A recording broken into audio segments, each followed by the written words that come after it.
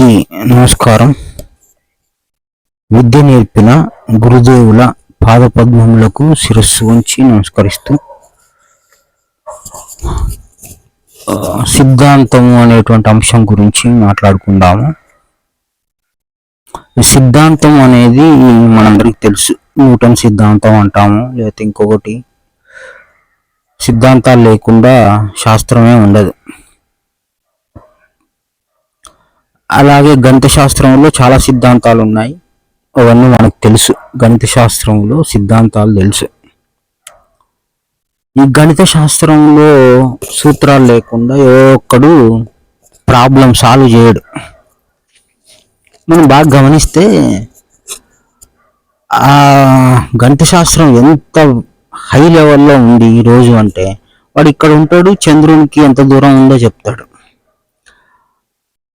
అంటే ఎట్లా సాధ్యమైంది అంటే, ఒక సిద్ధాంతం ఉంది, దానికి ఒక ఫార్ములా ఉంది, దాని ప్రకారం నేను అంచనా వేసి, అంచనానైనా ఖచ్చితత్వం ఉందంటే ఖచ్చితత్వమే అని చెప్తాడు. ఖచ్చితత్వం ఉండబట్టి ఈరోజు రాకెట్లు వెళ్ళిపోతున్నాయి. మనం ఎంత దూరమైనా ఆ ఇంజిన్ తయారు చేసుకొని అక్కడికి పంపించగలుగుతున్నాం. మనకి మ్యాథ్స్లో ఉండే అద్భుతాలు చాలా తెలుసు చాలా మందికి.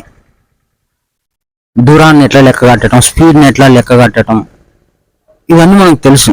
అక్కడ టైం ఇస్తాడు, వేగం ఇస్తాడు, పొడవు కనుక్కోమంటాడు. అవన్నీ తెలుసుకుంటున్నాం. గుండు యొక్క వేగాన్ని తెలుసుకుంటున్నాం. ఈరోజు ఫోరెన్సిక్లో వాడు ఒక బుల్లెట్ని పట్టుకొని, బుల్లెట్ ఎక్కడి నుంచి వచ్చింది, ఎంత దూరం నుంచి కాల్చారు, ఆ మోడల్ ఏంటిది, ఇవన్నీ చెప్తున్నారు. అంటే ఇంత జ్ఞానం ఒక గణిత శాస్త్రంలోనే ఉంది, ఖచ్చితత్వం ఉంది. వాడు అంచనా అంటే సూత్రాలతోని, ఖచ్చితత్వంతోని, కొలతలతోని చెప్పగలుగుతున్నాడు.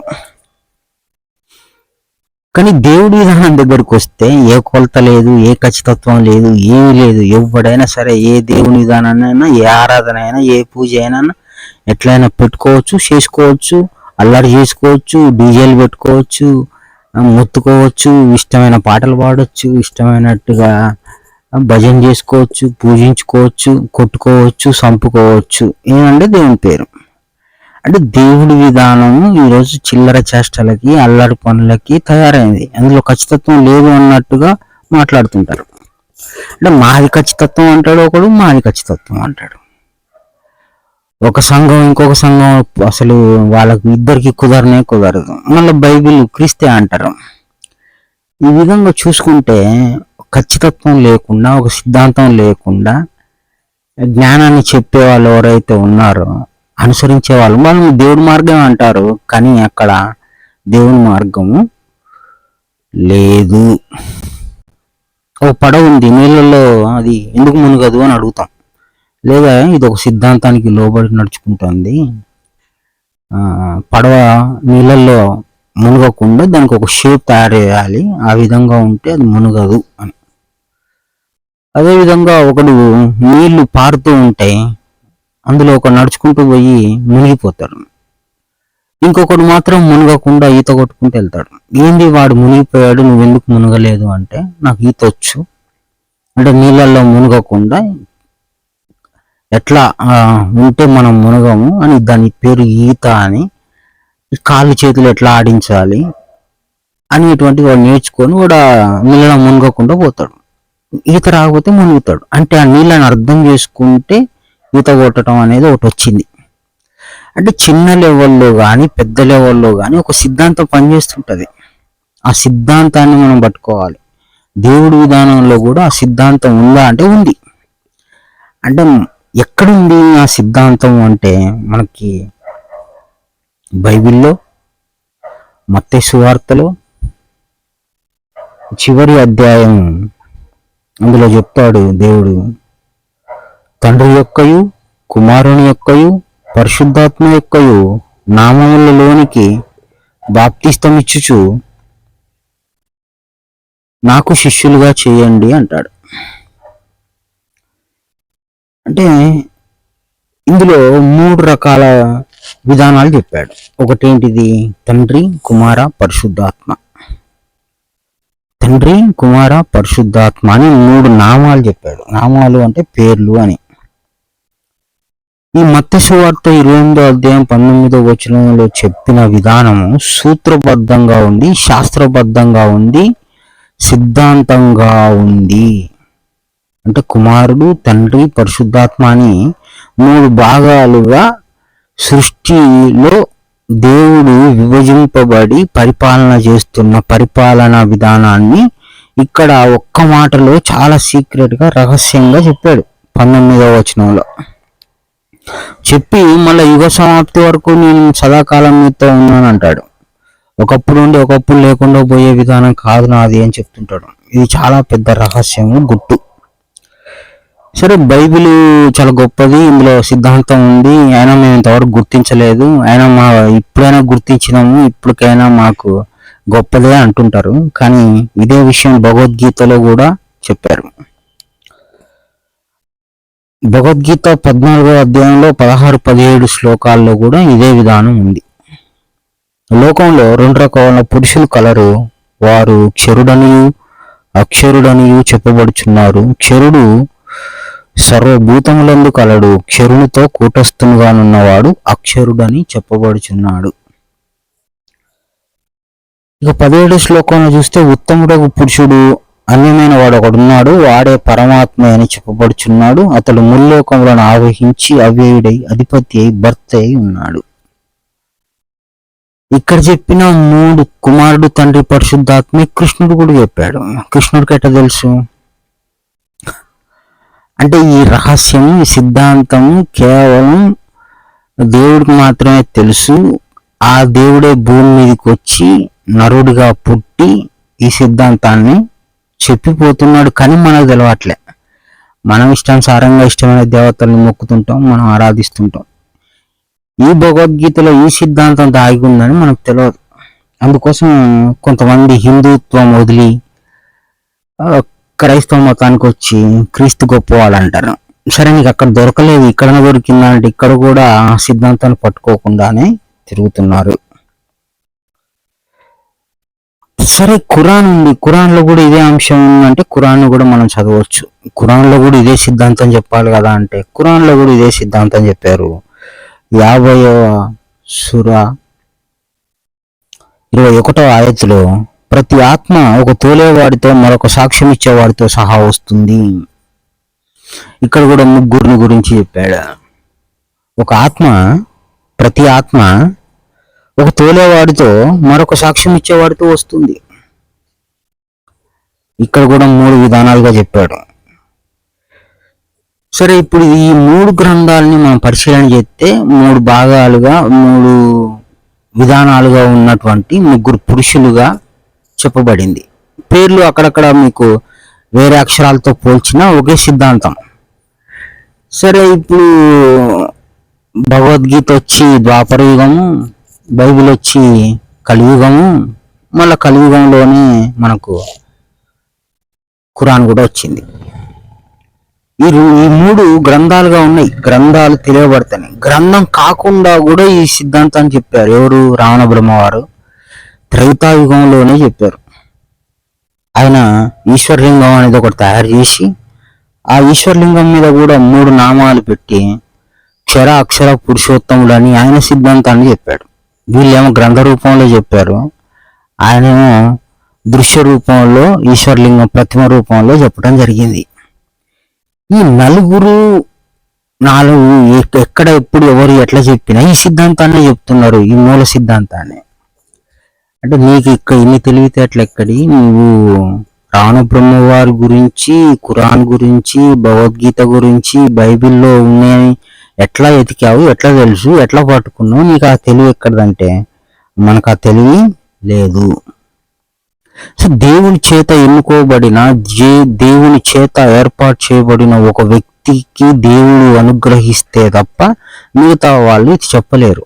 కానీ ఆ విధంగా అనుగ్రహించబడి దేవుని యొక్క దయ చొప్పున, కృప చొప్పున, ఆయన ఆజ్ఞ చొప్పున భూమి మీదకి ఏదో ఒక వ్యక్తిని దేవుడు ఎన్నుకుంటాడో ఆ వ్యక్తి ద్వారానే తెలుస్తుంది. ఇప్పుడు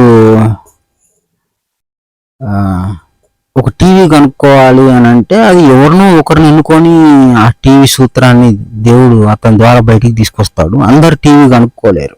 అదేవిధంగా ఇది ఈ గ్రంథాల్లోనూ ఇంకా సృష్టికి ముందు చెప్పబడింది, సృష్టి తర్వాత చెప్పబడింది, ఎప్పుడైనా సరే చెప్పబడిన ఏదైనా ఒక రహస్యం దేవుడు అనుగ్రహించబడిన వాళ్ళు, దేవుడు ఎన్నుకోబడిన వాళ్ళు సరే ఎవరికి శాత కాకపోతే దేవుడే భూమి మీదకి వచ్చి చెప్పటం కూడా క్రీస్తులాగా, కృష్ణుడిలాగా, రావణ బ్రహ్మవారి వాళ్ళే.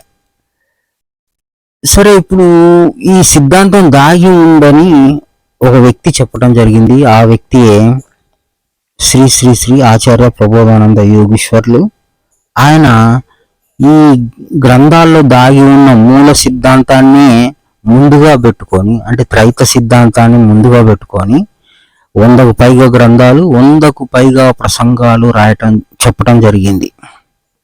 రాశారు, స్పీచ్ రూపంలో చెప్పారు. ఆ జ్ఞానబోధ గ్రహించిన తర్వాత ఓకే, మోక్ష మార్గాన్ని కనుగొనటానికి దేవుడి విధానం కూడా ఒక సిద్ధాంతాన్ని, ఖచ్చితత్వాన్ని, లెక్కలు, కొలతలతో, గణిత శాస్త్రం ఎట్లుందో దేవుడి బోధ, జ్ఞాన పద్ధతి, మోక్ష మార్గం కూడా అంతే లెక్కలు, కొలతలతో ఉన్నది అని గ్రహింపుకి వచ్చింది.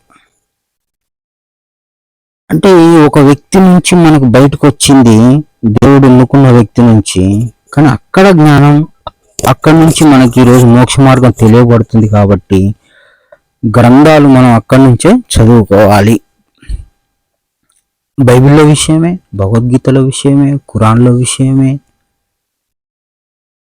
రావణ బ్రహ్మవారు చెప్పిన విషయమే, సృష్టిలో అందరికంటే ముందు అందరూ తెలుసుకున్న విషయమే ఇది.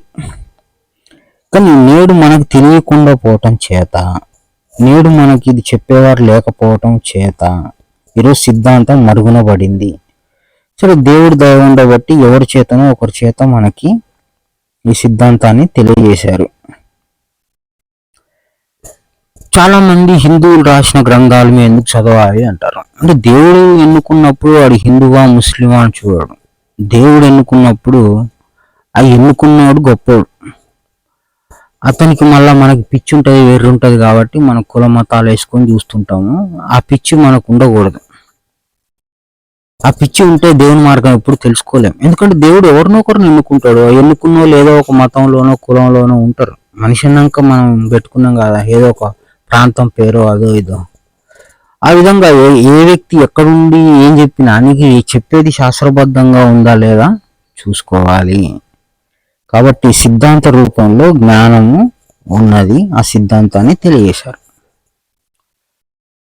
ఏదైనా సిద్ధాంతంగా చెప్పాలి, ఖచ్చితత్వంగా చెప్పాలి, లెక్కల కొలతలతో చెప్పాలి. లేదంటే ఆ వ్యక్తి బోధ తప్పు బోధ. ఇప్పుడు తండ్రి, కుమార, పరిశుద్ధాత్మ ఇది ఒక సిద్ధాంతం అని చెప్పి గ్రహింపు తీసుకొచ్చి క్రీస్తు చెప్పింది కూడా సిద్ధాంతమే. ఆయన జ్ఞానం చెప్పాడు, ఆయన గురువే, ఆయన గొప్పవాడు అని ప్రబోధానంద యోగీశ్వరులు చెప్పారు. ఎందుకు అంటే సిద్ధాంతం ఎక్కడ తెలియబడ్డా ఆయనకి గ్రహించుకునేటువంటి శక్తి సామర్థ్యాలు దేవుడి వలన కలగటం చేత అని చెప్పాడు. మనందరం టీవీ కనుగొనలేము కానీ టీవీని వాడుకోవచ్చు. అదేవిధంగా గ్రంథాలని మనం ఈరోజు సిద్ధాంతాన్ని కనిపెట్టలేము కానీ అవి కనిపెట్టిన వాళ్ళని అనుసరించక తప్పదు. ఈరోజు మనం గమనిస్తే కుట్టు మిషన్ యంత్రం ఉంది, అంటే సీవింగ్ మిషన్, బట్టలు కుట్టే మిషన్. అది ఏలియాస్ హోవే అనే ఒక వ్యక్తి కనుగొన్నాడు. 1846లో కనుక్కున్నాడు అది. ఈ రోజు కూడా టైలర్స్ డే అని పెట్టుకొని ఆయనకి ఆ రోజు సెలవు, వాళ్ళు ఆయన ఫోటో పెట్టుకొని ఆయనకు దండేసి ఆయనను గౌరవిస్తారు. నీ వల్ల మాకు ఉపాధి వచ్చింది అయ్యా అని టైలర్స్ డేగా పెట్టుకొని. అంటే వాళ్ళు ఎంత గౌరవిస్తున్నారు. నువ్వు అది కనిపెట్టకపోతే మాకు ఉపాధి ఉండేది కాదు, మా బతుకులు మాకు ఈ రకమైన ఉపాధి దొరికేది కాదని వాళ్ళు గౌరవార్థము ప్రతి సంవత్సరము టైలర్స్ డే చేసుకుంటారు.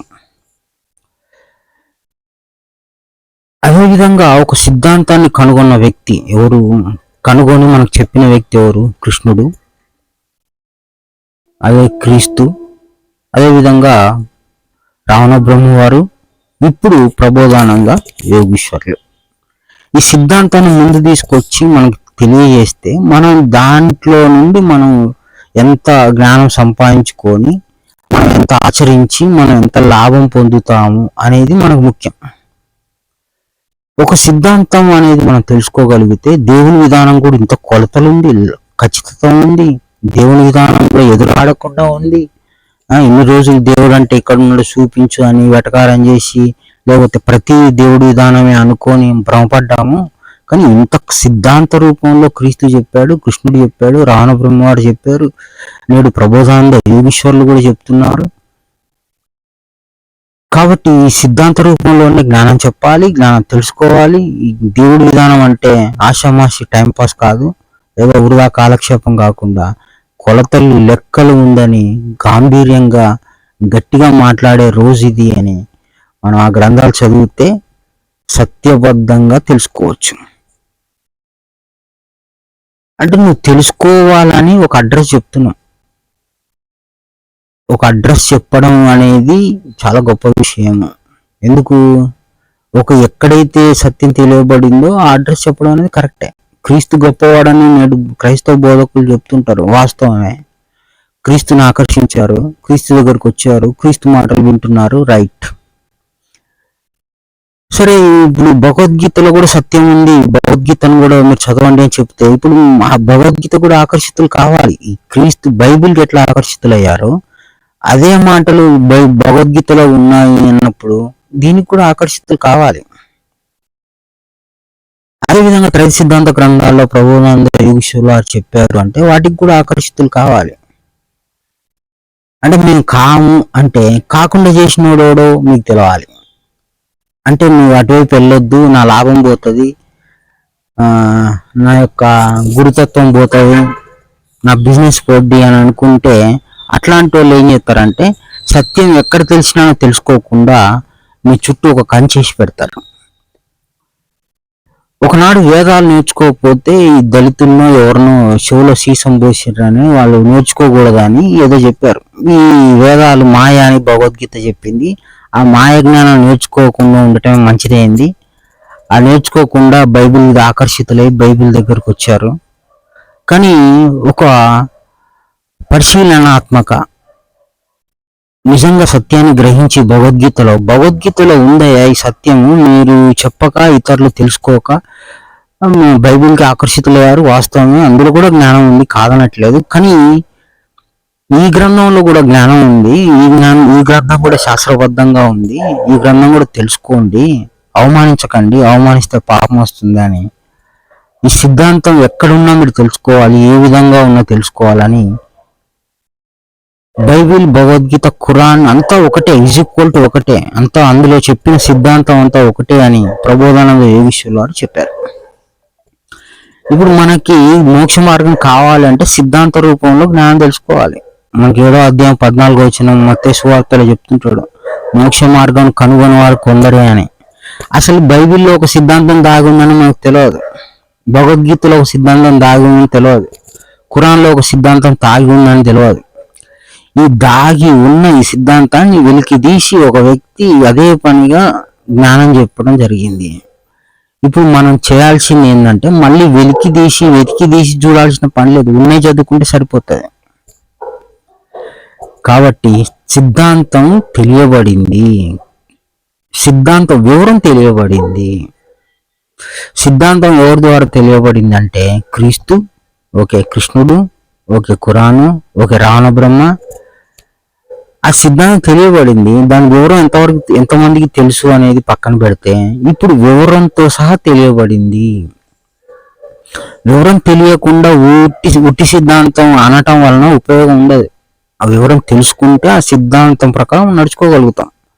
కాబట్టి సిద్ధాంతం ఉంది, సిద్ధాంత వివరణతో గ్రంథాలు ఉన్నాయి. అందరూ త్రైత సిద్ధాంత గ్రంథాలని, శాస్త్రబద్ధంగా రాయబడినటువంటి ఖచ్చితత్వంతో కూడుకున్న గ్రంథాలని చదవండి.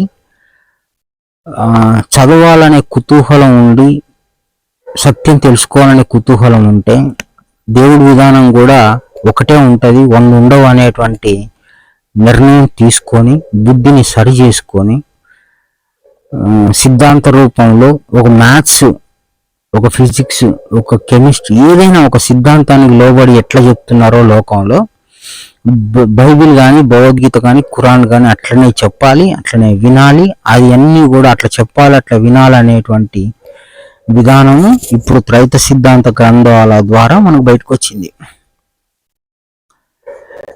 కాబట్టి సిద్ధాంత రూపంలో ఉన్నటువంటి విధానం తెలుసుకొని మోక్ష మార్గాన్ని కనుక్కొని మోక్షం పొందాలని కోరుకుంటూ త్రైత సిద్ధాంత గ్రంథాన్ని పరిచయం చేయటం వరకు మా బాధ్యతగా మేము స్వీకరించి ఈ విషయాన్ని చెప్తున్నాము. ఎవరు ఎంత శ్రద్ధ పెంచుకుంటే, ఎవరు ఖచ్చితత్వం కోరుకుంటే, ఎవరు సత్య మార్గాన్ని కోరుకుంటే వారికి ఈ గ్రంథాలు వాళ్ళని వెతుక్కుంటూ వస్తాయి. వాళ్ళు ఈ గ్రంథాలను వెతుక్కుంటూ వెళ్తారు. లేదు మాకు సరిపోయింది, మాకేదో టైంపాస్కి మేము సండే రోజు లేకపోతే ఇంకో రోజు మాకు ఓ దేవుడు ఉండాలి, మాకు కాస్త ఏదో ఉండాలి కదా అని మేము పోతున్నాం, మాకు మోక్ష మార్గం కనుక్కునే తీరిక ఎక్కడిది, మేము చాలా సోమరిపోతున్నాం, వాక్యం చదవం, వాక్య వివరం తెలియదు, మోక్ష మార్గం మాకెందుకు, మాకు ఇల్లు పెళ్ళం పిల్లలు రోగాలు బాధలు అప్పులు ఇవే మాకు కావాలి, మాకు మోక్ష మార్గం కనుక్కునే తీరిక లేదు అనుకునే వాళ్ళు అదొక వర్గం అయితే, లేదు మోక్ష మార్గాన్ని కనుక్కోవాలి, దేవుని తెలుసుకోవాలి, సత్య మార్గం అంటే తెలుసుకోవాలి, సత్యం అంటే తెలుసుకోవాలి అనుకునే వాళ్ళకి మేము చెప్తున్న అడ్రస్ త్రైత సిద్ధాంత గ్రంథాలు చదవండి. అందులో సత్యం ఉంది, అందులో మార్గం ఉంది, అందులో పాప క్షమాపణ ఉన్నది. అందరికీ నమస్కారం. గురు సమర్పణ.